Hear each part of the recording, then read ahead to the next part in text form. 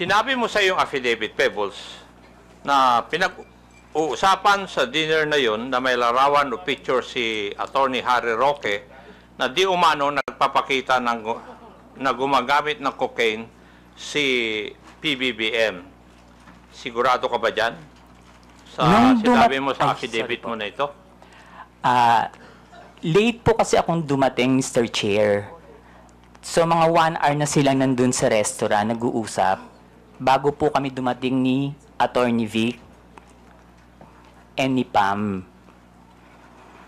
So mini-message na po nila ako na nasa na daw po ako, marami ng chikahan. So pagdating ko po, yun po yung topic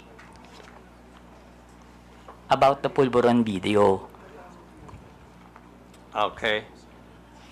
Sinabi mo rin sa iyong affidavit, Pebbles, na walang pinakitang picture si Attorney Harry Roque doon sa pinag-uusapan po ninyo. Pero base po sa iyong obserbasyon, mukha bang yung ibang mga kasamaan mo ay alam na ito o first time din nilang narinig ang tungkol sa larawan na yan? In fairness naman po dun sa mga kasama ko, hindi po nila alam. Wala po kaming alam lahat. Okay, thank you. Dito rin sa affidavit po ninyo, pinag-usapan din ninyo sa oras po na yon sa dinner kung paano i-release yung sinasabing picture na hawak ni Attorney Roque. Tama po ba? Yes po, Mr. Chair. At napagkaisahan na mas maigi na yung photo na yon ay pa-release sa isang foreign influencer para mas kapani-paniwala. Mr. Chair, hindi naman po na pagkaisahan, pero nagbibigay po sila ng mga opinion na dapat siguro sa international blogger dapat na maglabas, or yung Australian reporter na nag-interview kay PBBM, pero hindi po siya napagkaisahan. Kumbaga nagbibigay lang po sila ng mga opinion.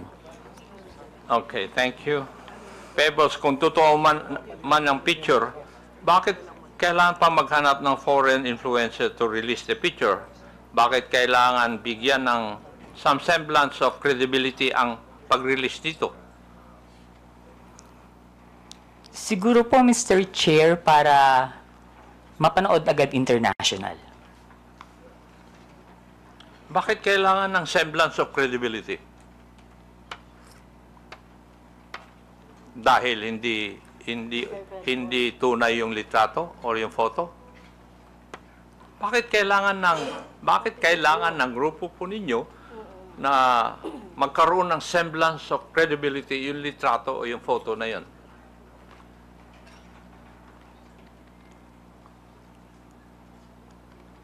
Hindi ko po... Kasi that time po, Mr. Chair, nakikinig lang po ako. Hindi po ako nagbibigay ng opinion na ilabas ng international blogger. Nakikinig lang po ako sa kanila. Wala po akong binigay na opinion na, ay, oo, sige, ilabas mo. Dapat ilabas siya ni ganito. Dapat ilabas siya ni ganyan. Hindi po ba, Pebbles, having in this business for 11 years, kung kailangan bigyan ng credibility sa isang bagay, yun ay dahil yung isang bagay na yun ay alanganin.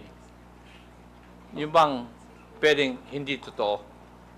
Yes po, Mr. Dahil Chair. kung totoo yun, hindi nyo na kailangan na bigyan ng credence o credibility.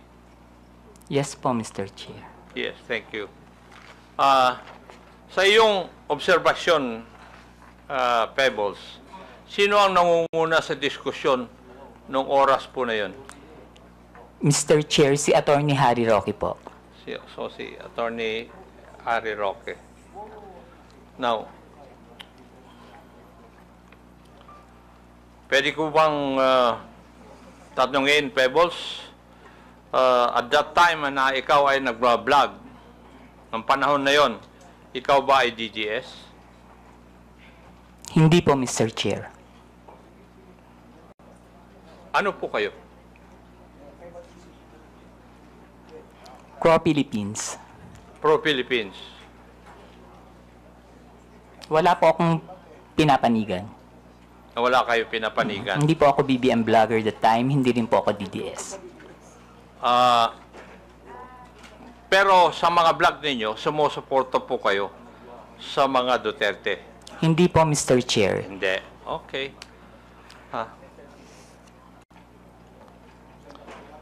Dito rin sa iyong affidavit, Pebbles, may binanggit ka na binanggit din ni Atty. Roque na sinabi niya na kaya niyang magpabagsak ng gobyerno. Tama rin po ba ang pagkabasa ko dito sa affidavit po ninyo? Yes po, Mr. Chair. Ang exactly sinabi niya dyan is nagkamali sila, magaling akong magbagsak ng gobyerno. Aha. Oh. Sa tingin mo, kaya po ba niya talaga? Mr. Chair, hindi po, kasi nagtatago po siya ngayon eh. Tama. Meron. Yung,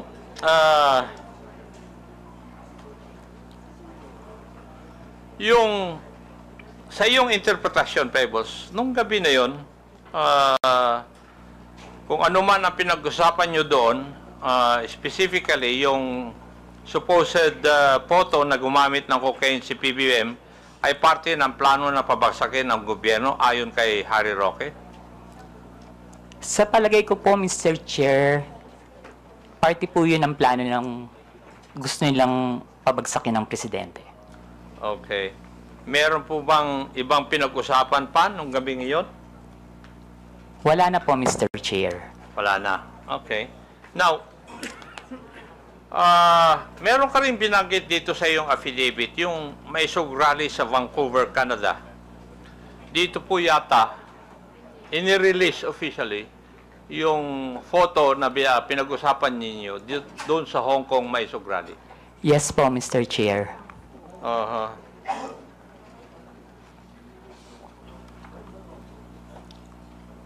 Comsec, paki-plus po ang video clip na nagpapakita ng pag-release ng Pulveron video sa rally sa Vancouver.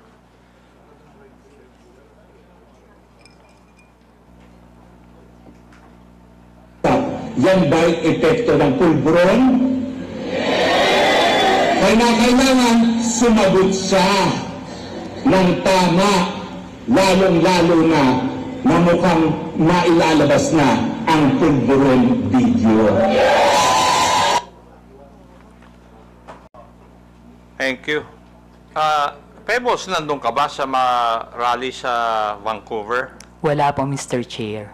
Paano mo, kung wala ka po doon, paano mo nalaman ito? Naka-live po yan, Mr. Chair. Aha. Nag-live po sila dyan. May nag-abiso sa'yo na magla-live sila? Wala po, Mr. Chair. Pero kasi, pag binuksan niyo po yung social media, yung Facebook, yan po yung trending. Yun ang trending.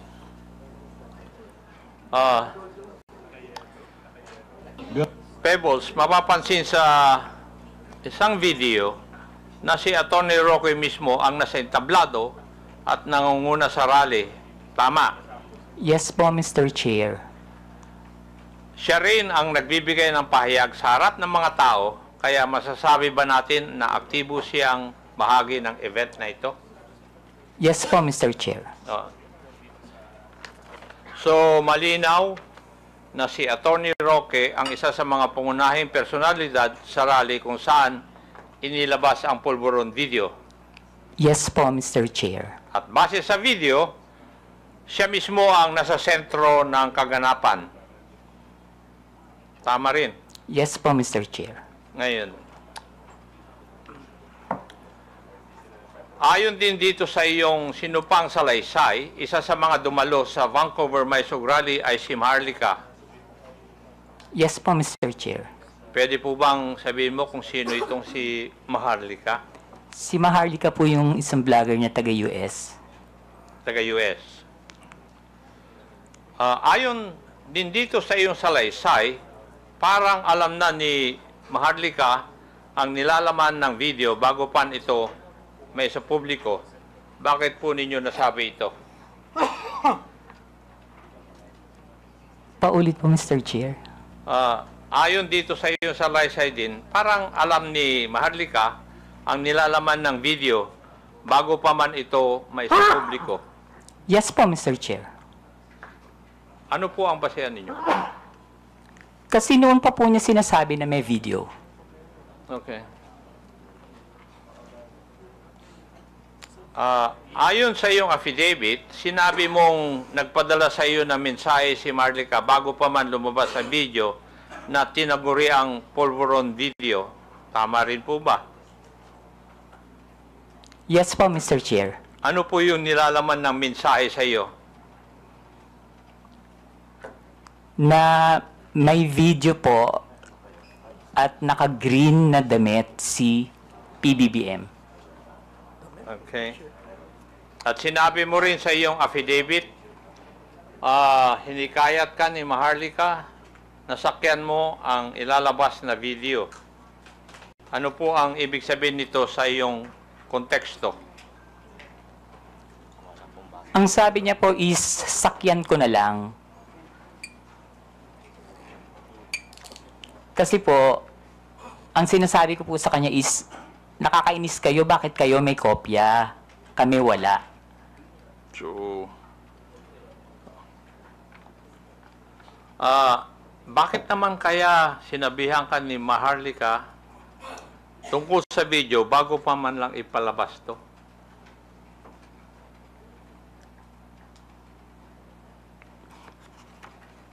Hindi ko po alam, Mr. Chair.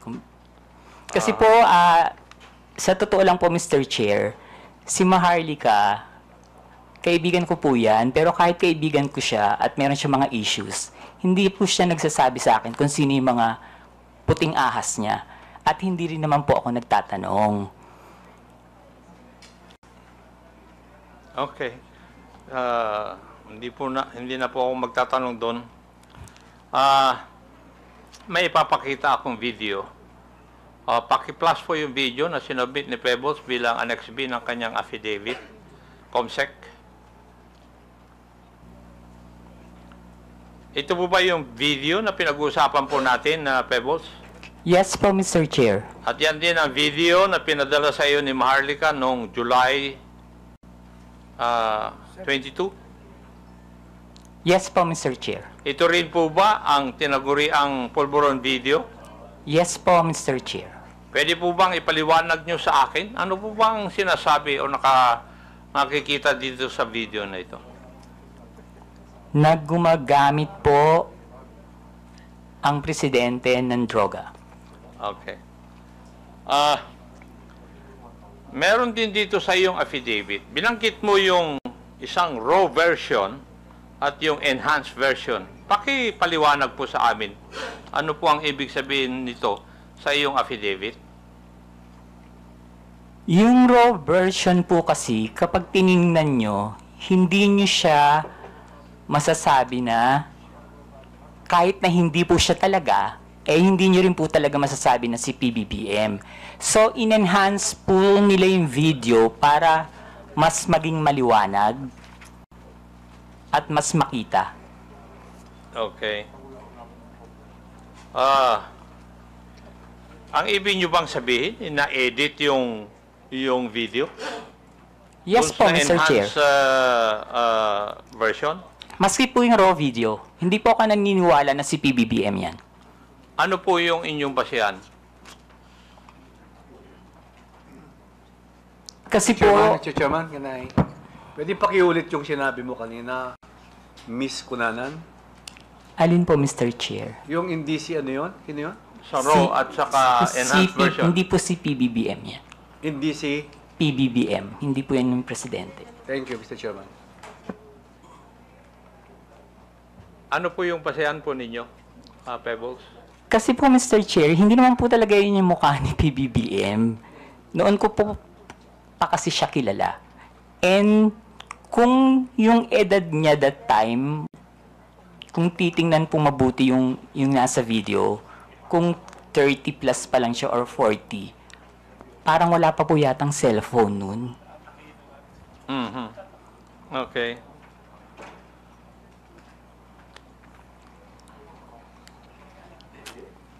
So, sa tingin mo, Pebbles,